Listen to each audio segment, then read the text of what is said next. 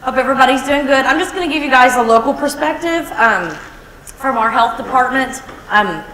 As my intro said, I've been in Garland since 1998, so this will be my 18th summer vector season. When I started, we had a big map that we stuck pins in when somebody called and said they wanted their house sprayed. As we all know, those days are gone. We still have those requests, but those days are gone. So I'm just going to give you a brief overview of Garland. City of Garland is, the most recent census data had us at about 234,000 people. Second largest city in Dallas County. Most people don't realize Garland is as big as it is because the joke kind of is that most people don't go to Garland. It's kind of on the way to somewhere. We have a little over 57 square miles and over 80,000 housing units.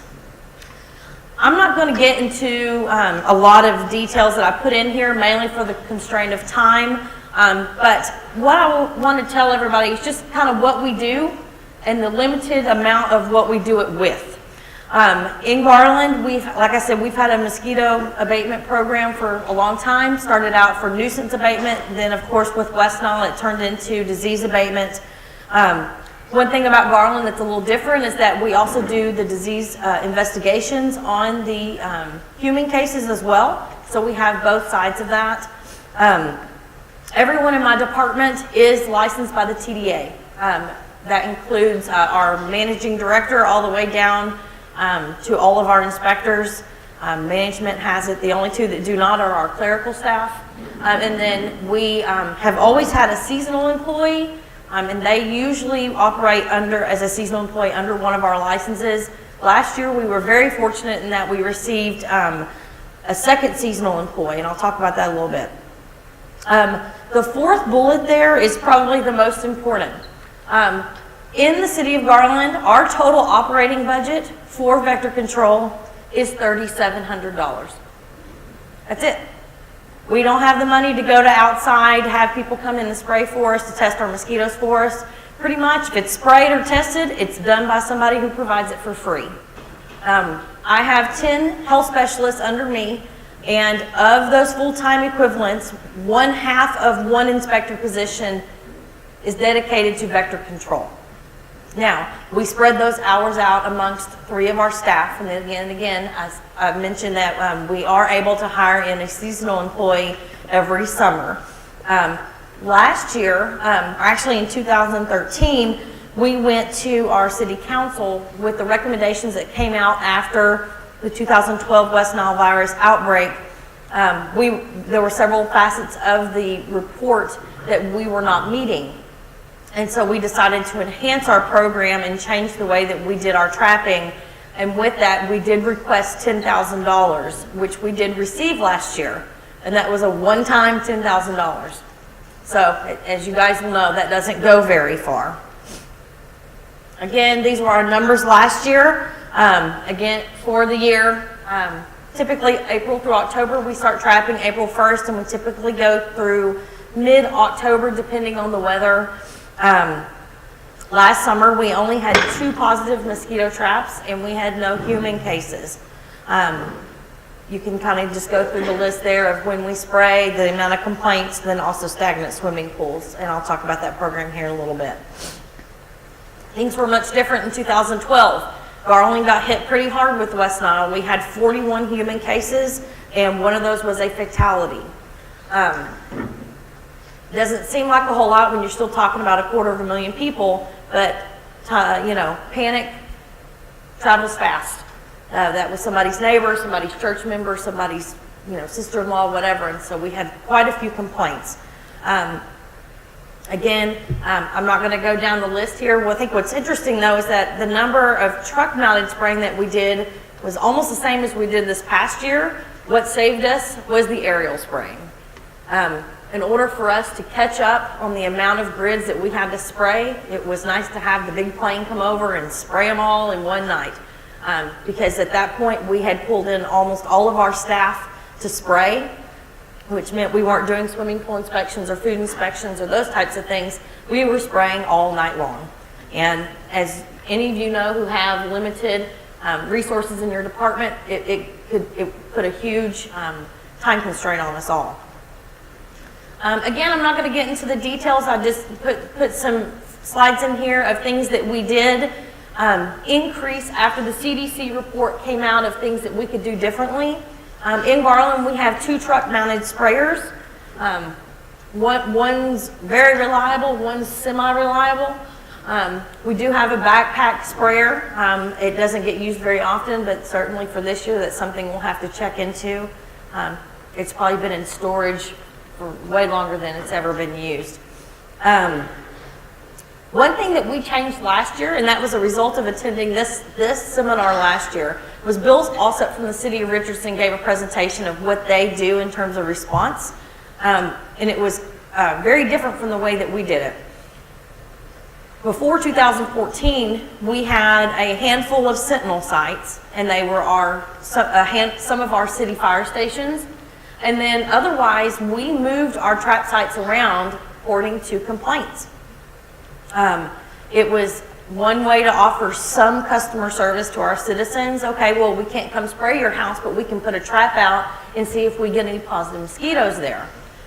We changed that last year. We went to 27 Sentinel sites per week. And then around that area, we basically drew lines, and now they're called mosquito management areas. And so if we get a positive on that trap, that whole entire area is sprayed.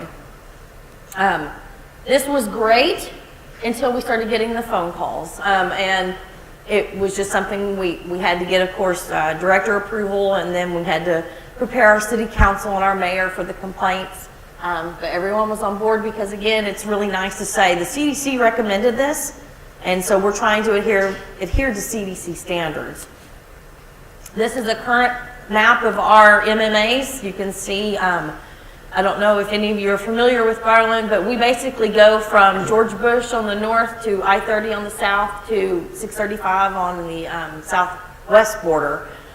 Some of these areas, when you're talking about spraying, can take up to 3 to 4 hours to spray. And I should say, we only spray city streets, we do not spray alleys.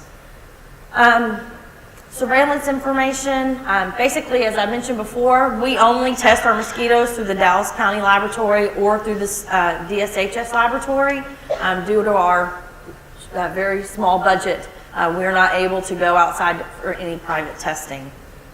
And we communicate with them quite often.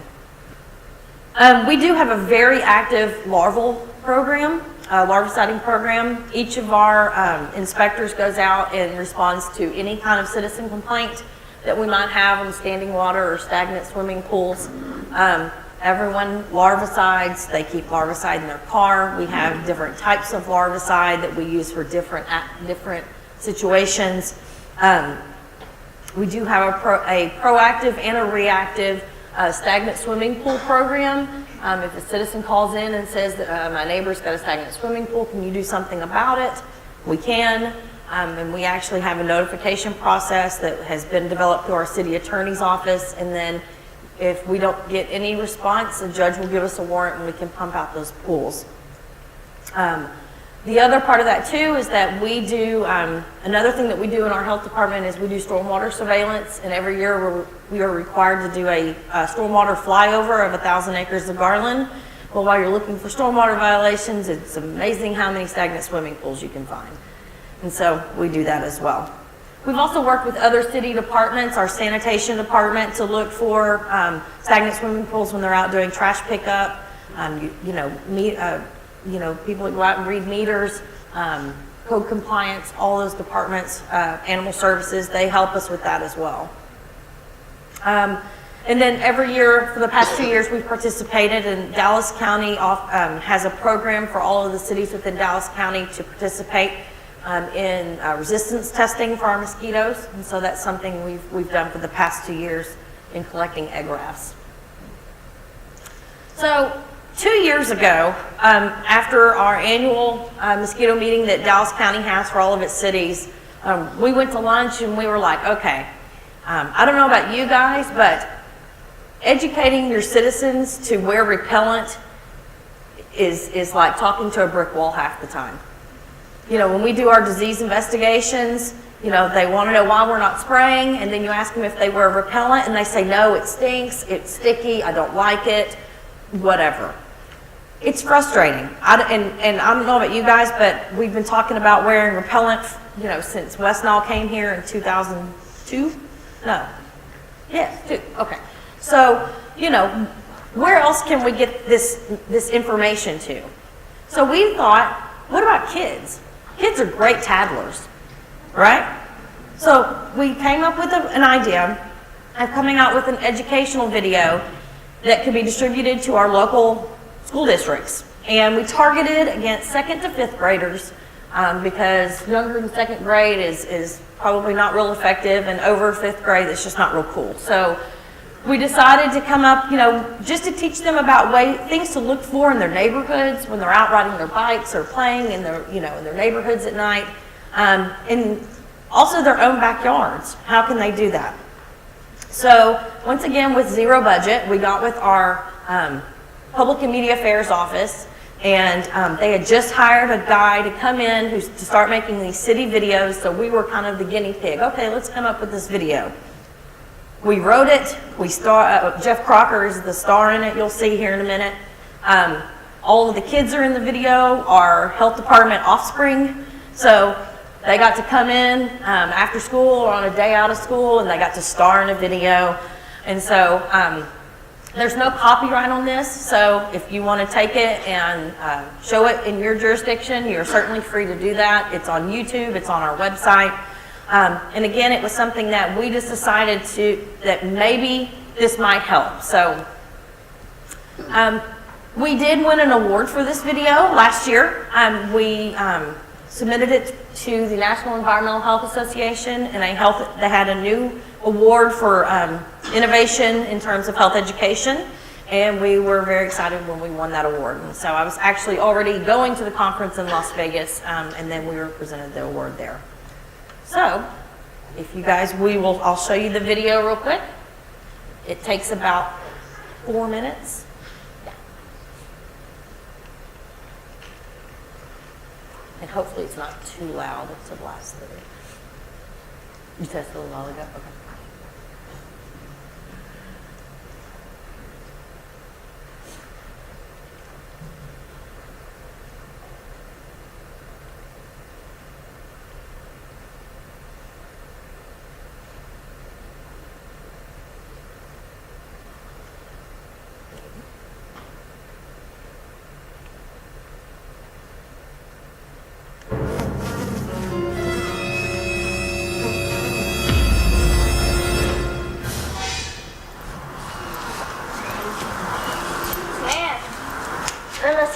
Really bad today.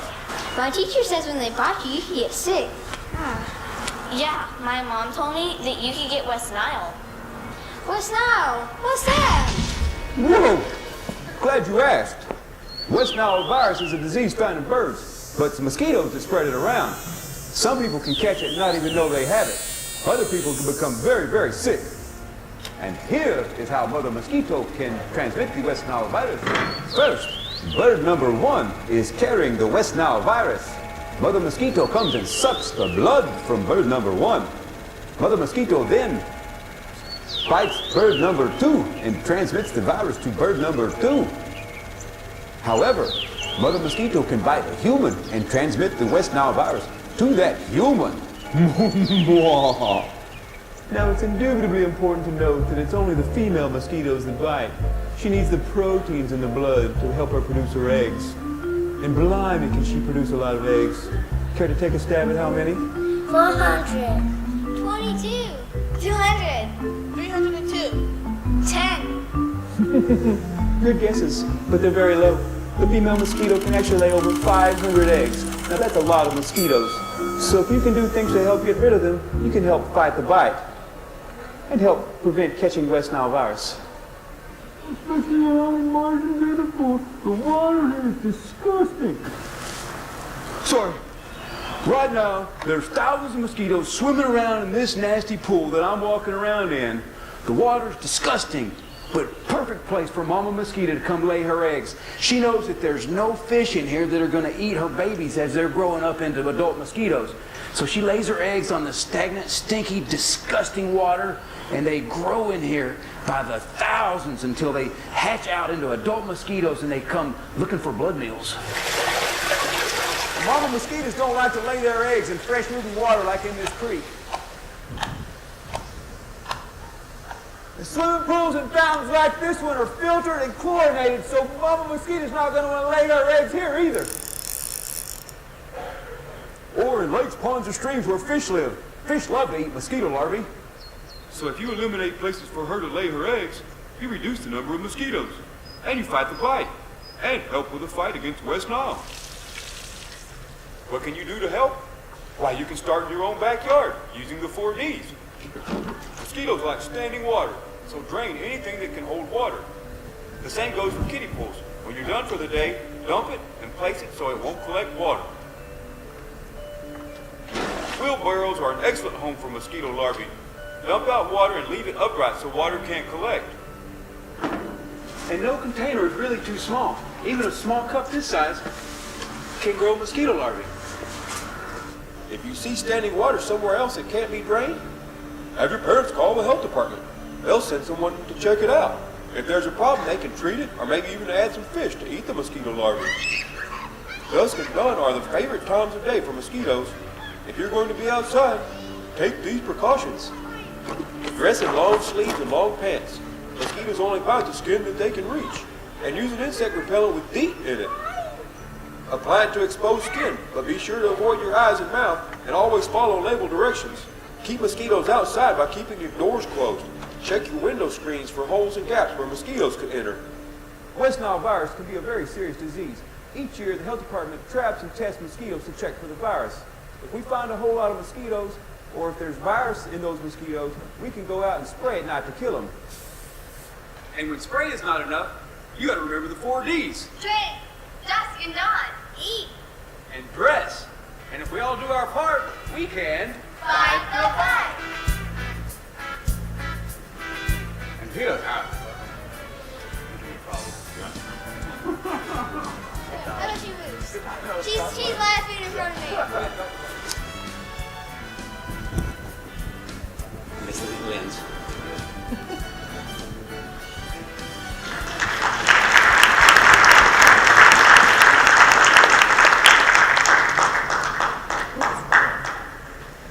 So anyway, that's our basic video. Of course, nobody really cares about West Nile anymore. Now we're all talking about Chick V. So really my last slide is just going to talk about everything that we've talked about today. The biggest questions we have right now is how this year are we going to integrate Chick V surveillance and response into our program. And as you can see, basically it all comes down to funding, staffing, and education. It's going to be extremely labor intensive, and I think it's going to be something that is a challenge for all of us, and that's why we're here today.